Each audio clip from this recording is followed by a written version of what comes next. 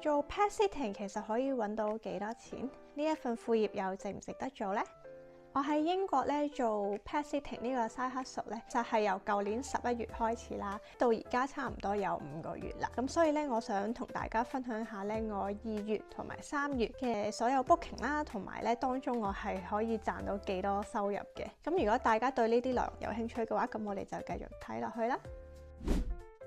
咁首先講下2月嘅 booking 先啦。2月咧，其實我一共咧有4個 booking 嘅，都唔賣關子啦。我咧總共咧喺2月嘅收入咧係320磅。大家咧可以喺以下呢張圖咧可以睇到所有 booking 嘅 details 啦。當中咧係包括 pet sitting 嘅時間啦、日子啦，當中個收入係幾多啦。而呢個收入咧已經係減咗平台收嘅一啲 admin fee 嘅。咁跟住就會見到貓貓嘅名啦，同埋我咧就 tag 咗佢哋一啲唔同嘅 booking type。首先咧，第一個 booking 呢個叫 Arky 嘅貓咧，其實佢主人咧係12月嘅時候咧已經第一次 book 我噶啦。咁咧去到2月嘅時候咧，其實已經係佢第4次定第5次 book 我噶啦。所以咧佢係一個真係 repeat customer 啦。跟住咧第2、3行咧，大家會見到其實係同一個 booking 嚟噶啦。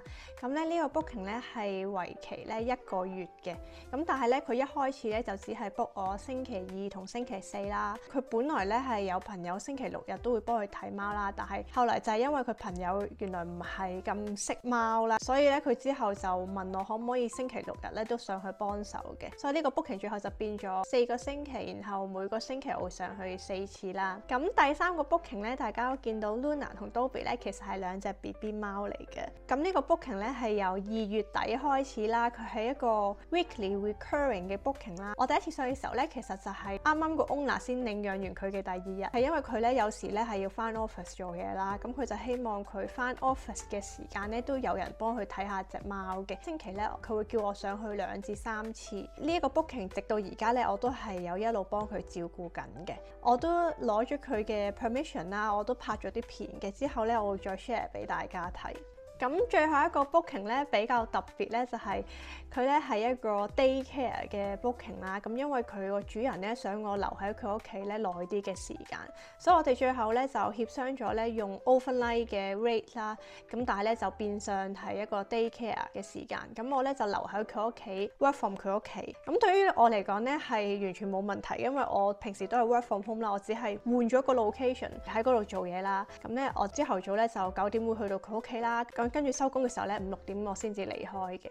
仲有一點咧，就係 Jojo 同 Tiger 咧係2隻豹貓嚟嘅。今次咧係我第一次真係見到豹貓，同埋真係摸同埋照顧豹貓，所以對我嚟講咧都係一個好新嘅體驗。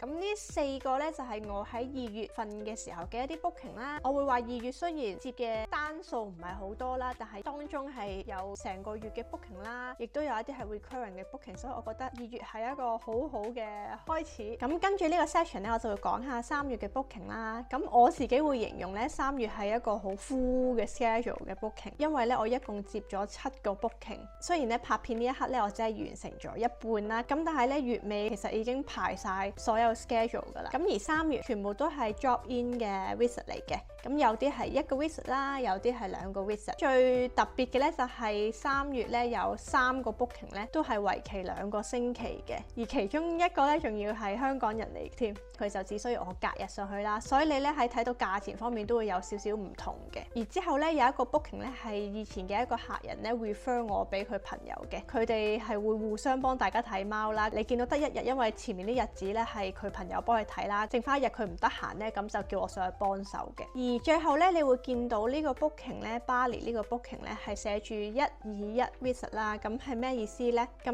121嘅意思咧就係咁佢 book 我3日，但係咧佢每一日其實係想我上去2次，但係因為頭尾咧就係佢哋飛同埋翻嚟嘅日子啦，咁所以咧第1日咧就淨係夜晚上去啦，第2日咧就係朝頭早夜晚，第3日咧就淨係朝頭早嘅。咁呢個 booking 特別地方咧就係佢哋已經 pre-book 咗我 Easter 嘅日子啦，咁所以其實呢2個月咧我都會上去幫佢哋照顧隻貓嘅。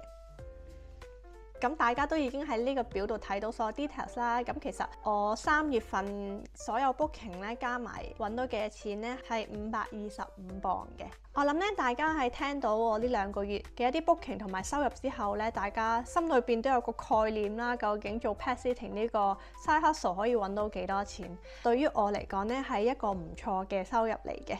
咁因為咧，我平時係 work from home 啦。去 pet sitting 咧，其實就唔會話花我太多時間啦。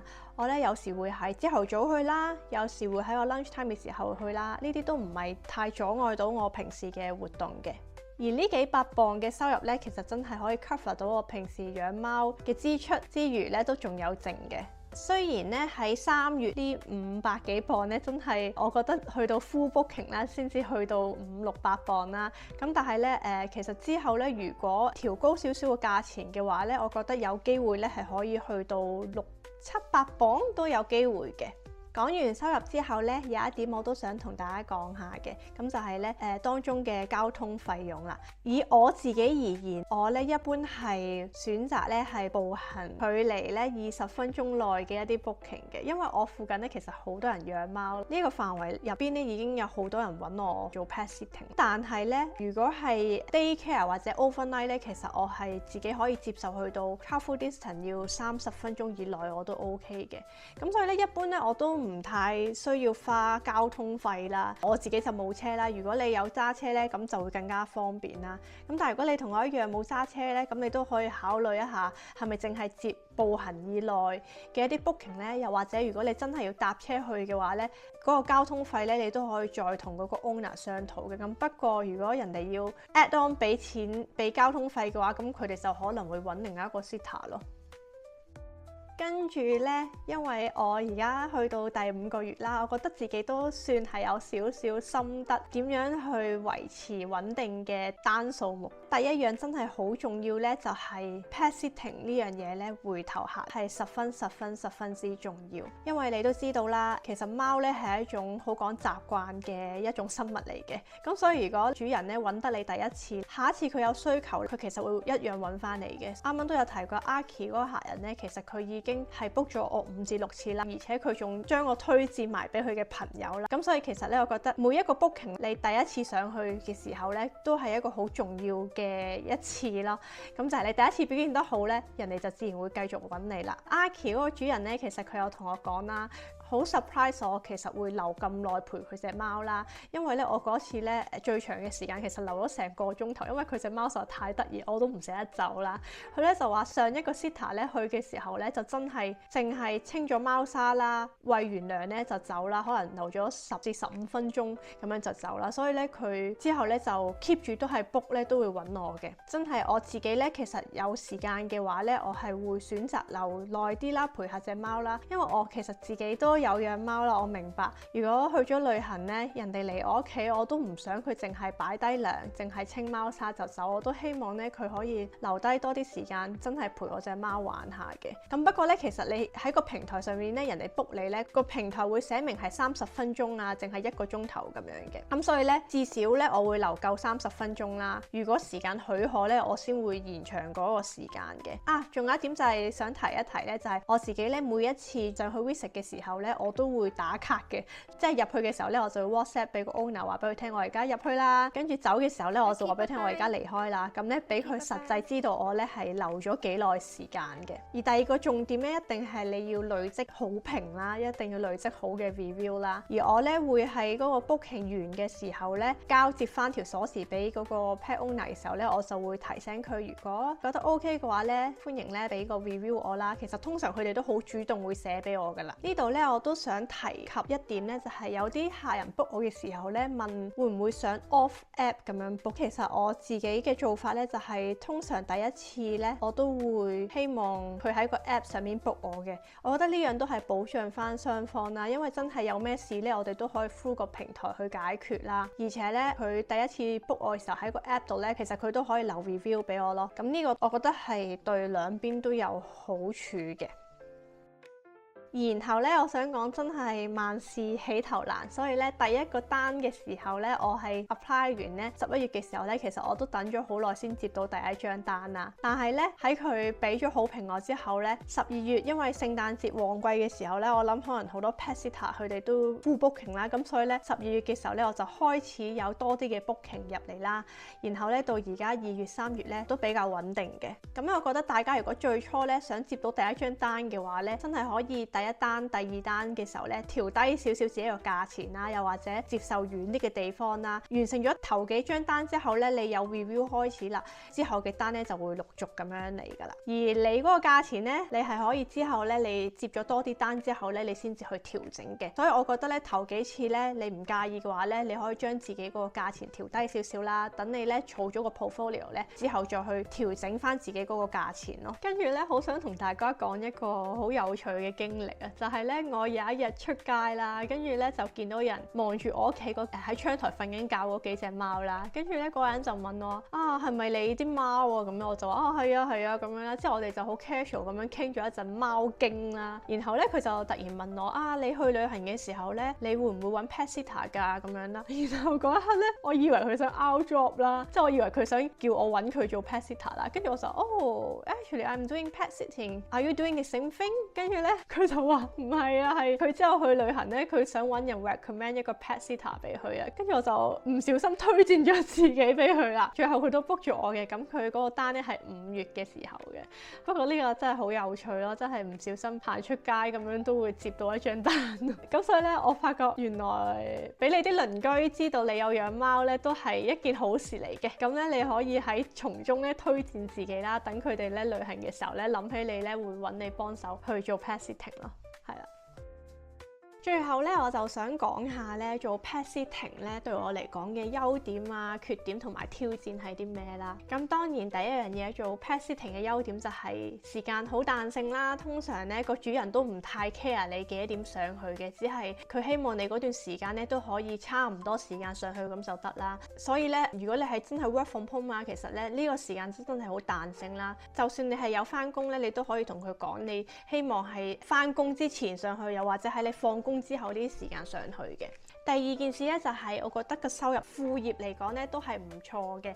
咁當然呢個係睇下你接咗幾多單啦。跟住有2點對我嚟講咧都係一個優點嚟嘅。第一咧就係我咧有機會咧參觀唔同嘅人嘅屋企啦，同埋咧我發覺呢一件事對我嚟講咧都係幾有趣，因為咧當我去到唔同人嘅屋企嘅時候咧，我咧可以睇下佢哋買咗啲咩俾隻貓用啦，或者用一啲我從來冇用過嘅用品，例如我自己咧係用開豆腐沙、礦沙啦，咁但係咧我去唔同人屋企嘅時候咧，咁佢又梗係有機會係用唔同嘅貓砂啦，可能會用紫砂啦、木碎沙啦，又或者係嗰啲叫咩水晶沙啦，咁所以咧，哇！我真係試勻晒所有貓砂咧，咁可以 compare 唔同貓砂有啲咩好處，有咩唔好處。咁跟住第2點咧，就係我覺得自己真係識多咗好多朋友、好多貓友啦，仲要咧大家都係住附近，所以咧呢一點對我嚟講咧都係一個好好嘅優點嚟嘅。尤其是咧係我幫佢手照顧幼貓嗰個主人啦，因為咧佢係第一次養貓啦，而且佢嗰2隻係幼貓，咁我自己嗰2隻貓都係由 BB 貓開始養起啦，所以咧我哋係傾好多偈咯，咁所以呢件事都係我其中一樣覺得係好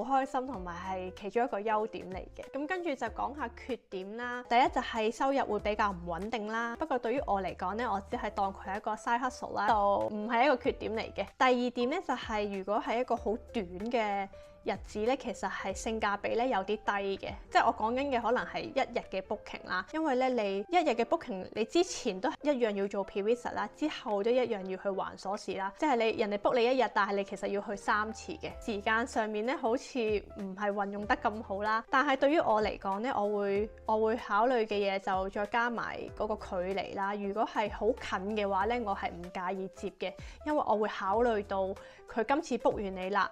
可能佢下一次係去長旅行呢，咁所以可能第一次係1日，但係可能下一次呢將會係1個星期或者2個星期嘅咁樣嘅 booking 嘅。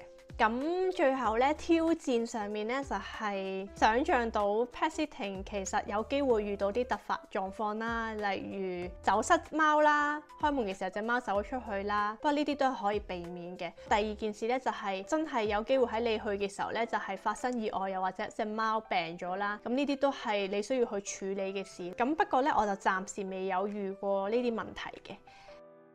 跟住咧，最後我想講下咧，有啲咩人係適合做 pet sitting 咧？我會話第一點咧，你一定要好有耐性啦。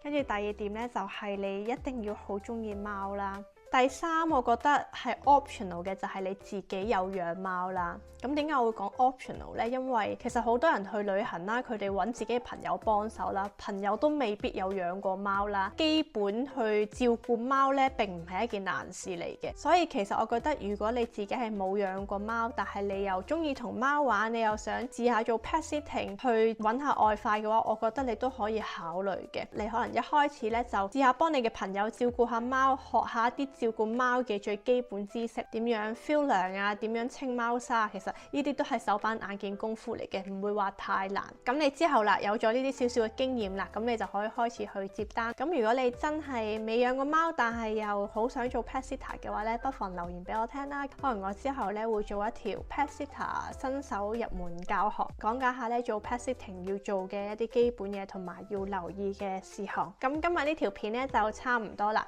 如果有任何問題，任何關於 pet sitting 嘅問題都可以留言話俾我聽。咁我哋下條片再見啦，拜拜。